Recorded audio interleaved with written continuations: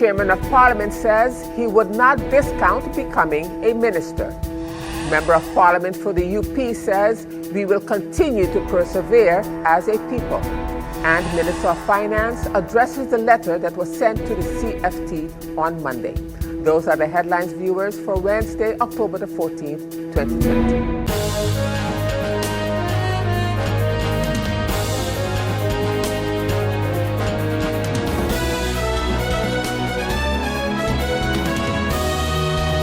Good evening, viewers. This is SXM Daily News. I am Valerie Van Putten.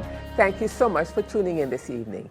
And as usual, we have a packed newscast for you, so let's get started.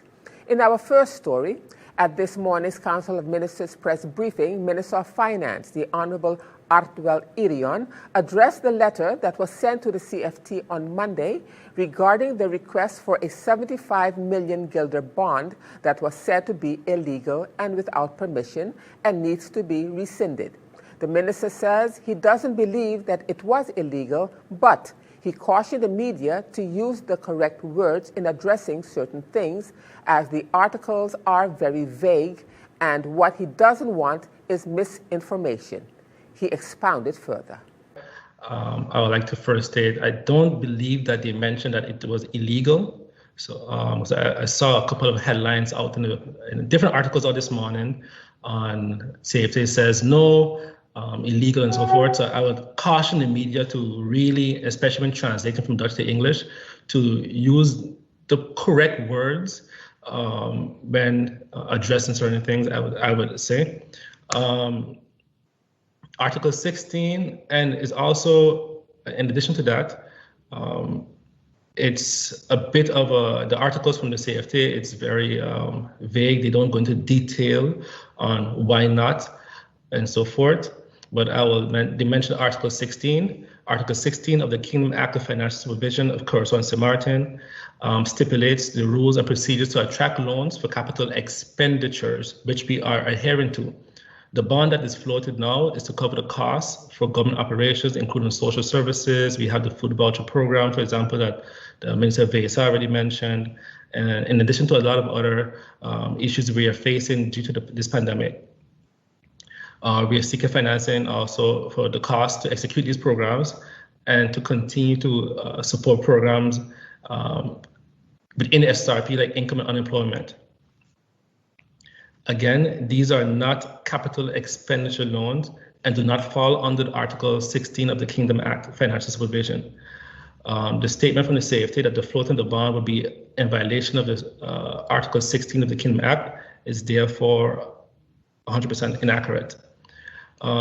Yesterday evening, I also confronted the CFT, which sent a letter to the CFT on this matter, and we also requested clarification on this statement.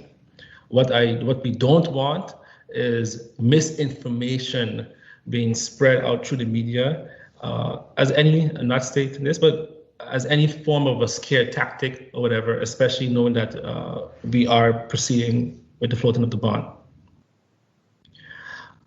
In addition to that, I have a responsibility towards this country and its people. As a consequence, I must seek solutions to meet that responsibility.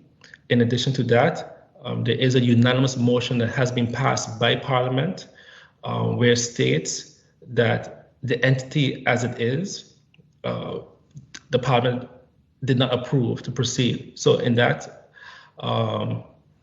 scenario, I have to look for every other possibility and alternative in the meantime, while still having discussions and meeting the conditions and so forth, to make sure this country continues to operate and we meet our obligations. We continue to work on meeting the conditions set by the Kingdom government. In fact, we submitted the most recent calculations last week and are awaiting a response from the CFT. Meanwhile, the Central Bank of Curaçao and St. Martin, CBCS, says that there will be a 75 million guilder bond issue on behalf of St. Martin on Wednesday, October the 21st. The bond will have a semi-annual coupon. It will be for a duration of 25 years. The interest rate will be 5% per annum, and it regards a sinking bond according to an annuity schedule. And turning now to more news, Minister of Romy, the Honorable Egbert J. Doran, is hard at work with some very ambitious plans. And in his opening statement at the Council of Ministers weekly press briefing earlier today, the Romy minister elaborated on his portfolio and some of the projects that he is busy with, such as a parking garage, a taxi stand, affordable housing, and Parliament building for St. Martin. I've embarked on a project to bring life into Philipsburg with the construction of 114 quality residential units, a green area, a new Parliament building, a government building that will house the other government services that are all over and spread out, commercial units, and a parking garage. For many years, the lack of affordable housing has been a major concern within the community. The situation has worsened during the economic impact after the passings of Hurricane Irma and Maria in 2017. Many residents communicated their discontent to me pertaining to lack of affordable housing. Thus, this is an urgent demand for affordable housing. On numerous occasions, the unions have also made reference to this matter of concerns for their members. My plan is to develop residential unit with an improved infrastructure in Philipsburg consisting of duplex homes on the Walter Nisbet Road on the location of the current parking lots near the police station and the old government building. The section of the project will consist of 70 residential units, 2-bedroom duplex will comprise of a ground floor parking. On the location of the former post office, I plan to develop residential towers. This section of the project consists of 44 residential units, 1 and 2 bedrooms. Additionally, the towers will consist of 18 commercial units with a green area and parking. The project will not solely consist of quality residential units, however, in the intention to develop a 4-story facility which will house the Parliament of St. Martin and other government services, as mentioned. The ground level will consist of a commercial area. The first and second floor will consist of a public parking garage. The fourth floor is intended to accommodate the Parliament building, thus, and the government services, which will include a central open area. This facility will be constructed in the location of the old government building, which is still pending to be demolished. With an environmental aspect in mind, I wish to have a sort of a central park area at the front of the facility near the newly constructed area for a bus station, taxi dispatch, tour bus, and turnaround area with covered craft market, which will consist of a free-thrown trolley service. An additional building will be constructed which incorporates public vendors on the ground floor and restaurants and offices on the first and second floor.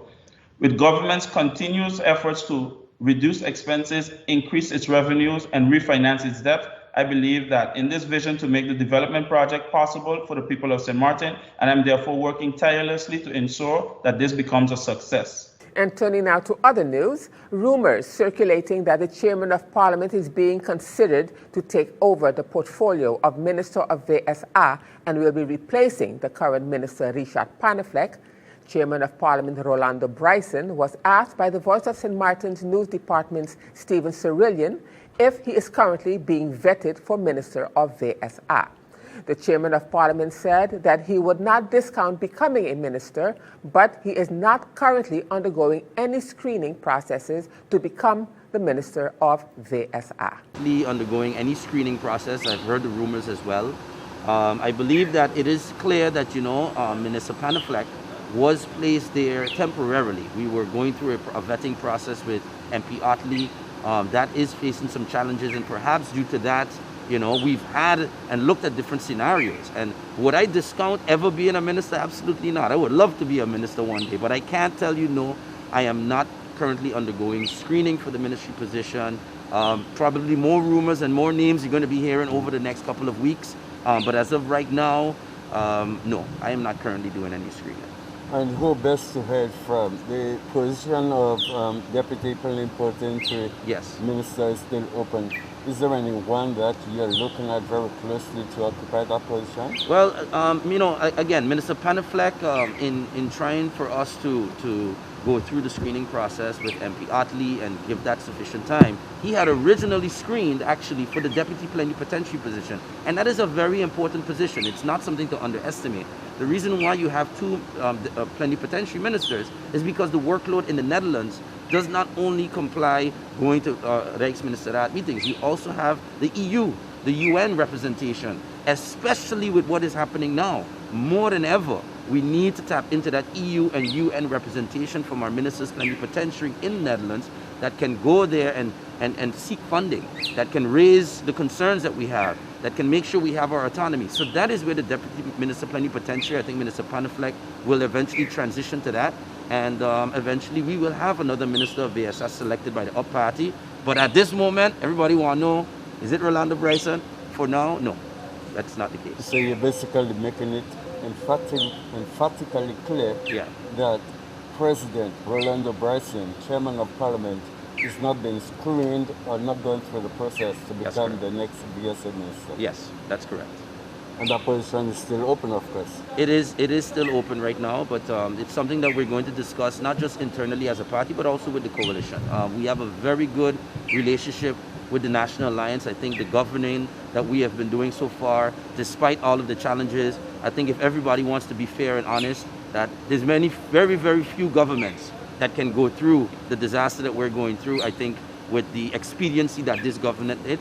And I think people should be very happy that the UP and National Alliance are in government right now. That stability that we bring, that calm, that you don't hear the rumblings all the time like before, oh, government going to fall. We are going to give this country 4 years. And that is because the way we work together, we dialogue together, we don't just jump up and make decisions about ministers on our own. So those discussions still need to take place before we make any such changes if they come with regards to the selection of a minister. That is something we do as a team. We are a coalition, we are two different parties, we're the two largest parties, but we decided to come together for St. Martin. So any decision we make, whether it's budgets, whether it's governing programs, whether it's selection of ministers, we do it collectively. And still to come, Prime Minister of St. Martin acknowledges the hard work of those before her. We'll have the details to that story and much more when SXM Daily News returns.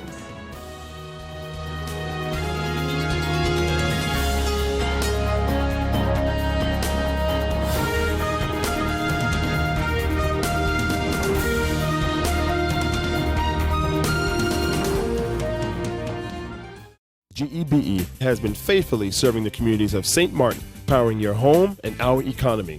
Come rain or shine, our qualified team of professionals are working hard 24 hours a day to provide you and your family with safe, reliable electricity and water. We use the latest technologies and test our products daily to maintain the highest international standards. Our friendly staff is always there to assist you, whether in person, over the phone, or online. We are committed to constantly improving our products and services, making them more efficient, effective, and environmentally friendly to serve you better today and our next generation of clients tomorrow. GEBE, powering a brighter future. Our friend Megawati is here with tips to save you energy. 1. Turn your airco temperature up. 2. Use a ceiling fan instead. 3. Buy energy-saving products. Save some green with NVGEBE. Welcome back, viewers. You're watching SXM Daily News, and I'm Valerie Van Putten. In more news for you at this time, more arrests in the Seabass investigation has been made. The head of the IT of the country of St. Martin, MD, was detained earlier today as part of the Seabass investigation.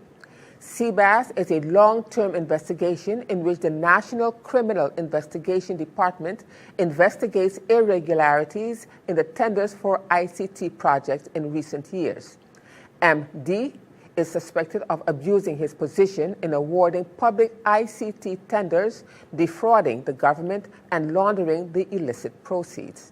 Various persons and legal entities were identified as suspects in the investigation. In addition, sums of money and a piece of land were also seized. As part of this research, JL was previously arrested by the Criminal Investigation Department and is currently in custody. More arrests are not being ruled out. The Lance Recherche is conducting this investigation because the actions of the suspect undermine the integrity of the public administration and trust in the civil service. Administrative responsibilities and business interests appear to be intertwined. This is at the expense of the quality and price of the products supplied to the government and disrupts the level playing field for businesses. And as we continue now with more news, in her Constitution Day address, Prime Minister of St. Martin, the Honorable Sylvia Jacobs, in her 10-10-10 message, acknowledged the hard work of those before her and recognized the necessary changes needed from within us as a people, as a government, as a nation to move St. Martin to the next level of responsibility, accountability, sustainable development, and ultimate opportunity and progress for all. It has been a decade. Not all of us are proud of in every moment, but from every experience, both positive and negative, comes lessons. And from where I stand today, at the helm of our St. Martin, I acknowledge the hard work of those before and pledge to continue to push for the much needed maturity among us. I recognize the necessary changes needed from within us as a people, as a government, as a nation, to move St. Martin to the next level of responsibility, accountability, sustainable development, and ultimate opportunity and progress for all. We must remember the goal, the lessons learned, and focus as we move forward on what we can and will achieve. We must ask ourselves, where have we been? Where are we now? And where do we want to go? To move forward, we must first forgive ourselves and our leaders for the mistakes of the past and map a new way forward despite the current and lingering challenges. Countries have turned around in 10 years, and with the lessons learned, yes, St. Martin can and will still become the vision of those who came before us because we still share that vision. We continue to work with the former partners of the Netherlands Antilles, Aruba, and Curacao, and with the Netherlands in an attempt to achieve the very best version of St. Martin for us. During this year, 10-10-2020, it is no secret, and I would be committing a disservice not to mention the tensions that currently exist within our kingdom. Our constitution is under fire. The kingdom statutes are in question. Our cooperation within the kingdom is rife with historical and post-colonial baggage, which causes us to question our current status within this kingdom. This calls for us to reassess our constitution, ensure we have enacted all laws and regulations necessary. We must also assess the kingdom charter, as a democratic deficit within the kingdom threatens our very existence. We must assess how we operate within this kingdom. The debate of obligation versus responsibility, dictation versus dialogue, and the conditions versus consensus. It is a test that we have to endure. One of the tests that will test how strong we will stand together. As broken, once more, we will be left dependent forever. Even in this, rest assured that despite our limited capacity, St. Martin's government is working to find solutions even with the limited resources, and innovating to bring the necessary funding that will serve us best on St. Martin. We do so while insisting on a relationship within our kingdom built on mutual respect and equity. The foundation on which our constitution has been founded on is irrevocable, except if the people of St. Martin explicitly express to change it. This is the pride that we hold as a nation, the pride I described earlier, the right to determine one's destiny. For this reason, I can stand proudly and say today that our future is truly in our own hands. Member of Parliament for the United People's Party, the Honorable Grisha Heiliger Martin, speaking at the parliamentary meeting on October the 12th, 2020, talked about our struggle and our resilience as a St. Martin people. The Member of Parliament said that by using our self-confidence, we will continue to persevere as a people and as a nation. If we look at the cycle of life of the people of Swaliga, it shows our struggle from the moment the first settlers arrived from Europe to when the slaves were brought here from Africa against their will. It also shows our resilience as a people and our long, rich, established history of high civilization. Therefore, in terms of the treat mentioned by Martin Garvey, we as a people of St. Martin already have firmly established roots, albeit on another continent. And since the Caribbean, and since arriving in the Caribbean, we have survived and recovered from the effects of slavery, world wars, hurricanes, floods, and economic downturn. We did so because of the same firm roots and resilience. And by using our strength and self-confidence, we will continue to persevere as a people and a nation. It is important, though, that in reflecting in the past 10 years, we acknowledge that unfortunately our self-confidence has weakened during the said years. A large part of this result is of the so-called elephant in the room, which is the narrative of incompetence and corruption created about us as a people by the Netherlands. It is sad to say that this narrative has taken in the minds of the same people and politicians at which it is aimed, without them even noticing it. So I ask you again, what have we learned since 2010? If we look at the developments both here and abroad during the past 10 years, one of the lessons learned is that this narrative is a false one. 10-10-10 has been used to indoctrinate our people into having a mindset of inferiority and the notion that we must be very dependent on our colonial masters. The idea that our people must think that we cannot survive and thrive without help from the colonial benefactor, the Netherlands. But most importantly, the lesson that I believe that we've recently learned is the fact that the Netherlands has not lived up to its international and legally binding obligations towards the people of St. Martin since 10-10-10. Matter of fact, for the last 75 years.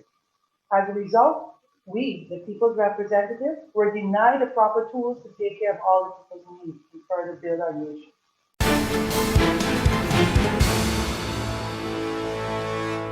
Now, turning to our weather forecast for October the 14th, 2020. Moisture and instability associated with a surface to mid-level trough will generate isolated showers across the region. These showers may be moderate and could be accompanied by thunder. Meanwhile, moist and warm southeasterly winds are expected through the forecast period. Seas will remain slight to moderate during the next few days. A tropical wave located about 400 miles east of the Eastern Caribbean has a low chance, about 20% of formation, through the next 5 days. The Meteorological Department of St. Martin will continue to monitor this system. So the outlook through Thursday midday: partly cloudy, becoming cloudy at times with isolated showers. Now let's turn to your 3-day forecast.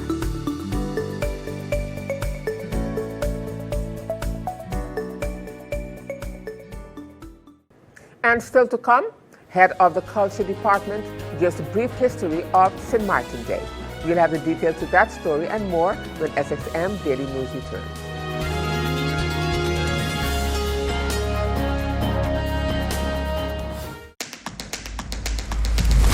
The innovative Banco Matico contactless smart card. Your Banco Matico smart card is now equipped with a contactless feature for payments, so get ready to tap and go. Contactless payments are fast, easy, secure, and accepted worldwide at all Maestro-enabled contactless terminals. Tap for transactions equivalent to or less than 100 NAF, or the US dollar equivalent. You will receive notifications via email anytime you tap. Tap, tap, and pay fast with WIB. For more information, visit our website at wib-bank.net. Tap and go with your partner in progress. Welcome back, viewers, and you're watching SXM Daily News. As we continue now, as we are approaching the month of November, when we celebrate St. Martin Day, head of the Cultural Department, Clara Reyes, speaking to our news department on October the 7th about that day's celebrations, she gave our news department a brief history of how St. Martin started celebrating November the 11th, St. Martin Day. The department head says, however, that no concrete plans has yet been announced. This day was born in 1959 when two brilliant minds came together, Dr. Claude Watty and Dr. Petit, I think. And they decided that they had to find one day that we could celebrate as a people. You know, the French side government have their national holidays, the Dutch, we have our national holidays. But these two committed men to St. Martin decided there must be one day where we could come together. And that was November 11th. So over the years, the protocol was each part of the island gets to celebrate it. They're the hosting nation that year. So this year, for 2020, the French side they will be the hosting nation for all the festivities surrounding St. Martin Day. We were lucky enough that we got to celebrate it last year on the 60th anniversary, 2019. So that was our 60th year. So we, the Department of Culture, the government of St. Martin, they were the ones that put the festivities together.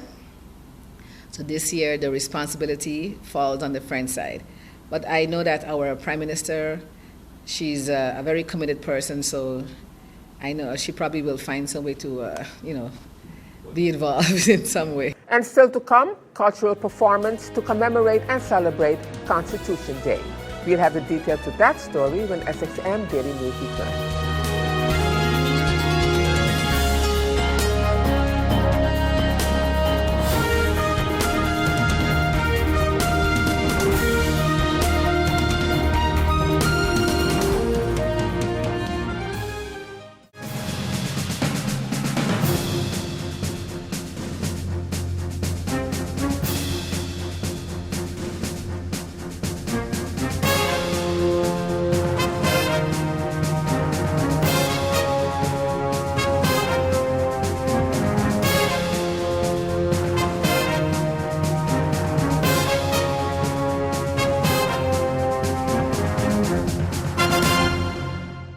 And as we end this edition of SXM Daily News for this evening, we will now show you one of the cultural performances that was held in commemoration of Constitution Day. This is for St. Martin. From border to border, city to city, village to village, this is for St. Martin. From Sucker Garden to Miller Region, from Riley Hill to Lowlands, from Grand Cass to Mully Bay, from Phillipsburg to Marigot, from the Dutch side to the French side and all that is in between, from little communities like St. George's and New Orleans. This is for St. Martin.